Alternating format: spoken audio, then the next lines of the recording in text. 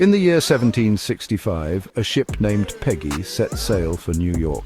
What followed was a 1,300-day nightmare that tested the limits of humanity and hunger. The Peggy, a modest merchant sloop, departed the Azores in November 1765, bound for New York.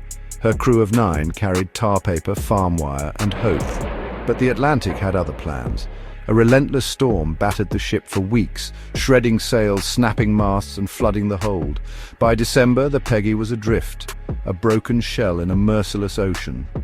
Captain David Harrison, weakened by fever, struggled to maintain order. With provisions ruined by seawater, the crew ate the ship's cat, a grim appetizer for what came next. By January 1766, starvation gnawed at their sanity. Leather straps, candle wax, even these became delicacies. When talk of cannibalism surfaced, Harrison forbade it. But democracy dies in hunger.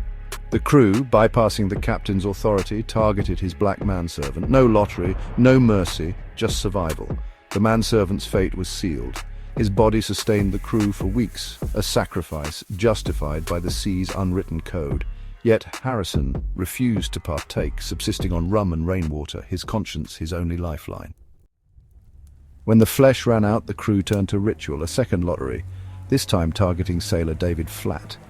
But as they prepared the fire, Harrison intervened, bargaining for a night's reprieve, a prayer for salvation, or a delay of the inevitable. At sunrise, the crew's knives hovered over Flatt. Then, a miracle. The Susan, a London-bound vessel, emerged from the mist. The Peggy's survivors, gaunt and hollow-eyed, were hauled aboard. Flatt lived. The sea spared him, but not their souls. The Peggy's ordeal was no anomaly. For centuries, the custom of the sea dictated that stranded crews draw lots to decide who'd die for the rest.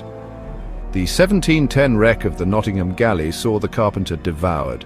The Medusa's survivors in 1816 ate their dead. But the Peggy's story stood apart, a captain's defiance, a racialized sacrifice, and a rescue that came too late for redemption.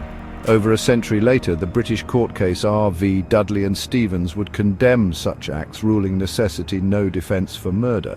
But in 1765, the law turned a blind eye. The Peggy's crew walked free, their actions buried beneath the waves of public indifference. The Peggy's tale forces us to confront uncomfortable truths. Was the manservant chosen for his race? Did survival justify moral collapse? Or was this simply the cost of sailing an era when ships were floating islands? Ungoverned, unregulated, and utterly alone, no memorial marks the manservant's name. History remembers him only as the Black Crewman. Yet his sacrifice echoes in every survival story, from the Essex's whale ship tragedy to the Mignonette's infamous trial. The sea's code endures: eat or be eaten.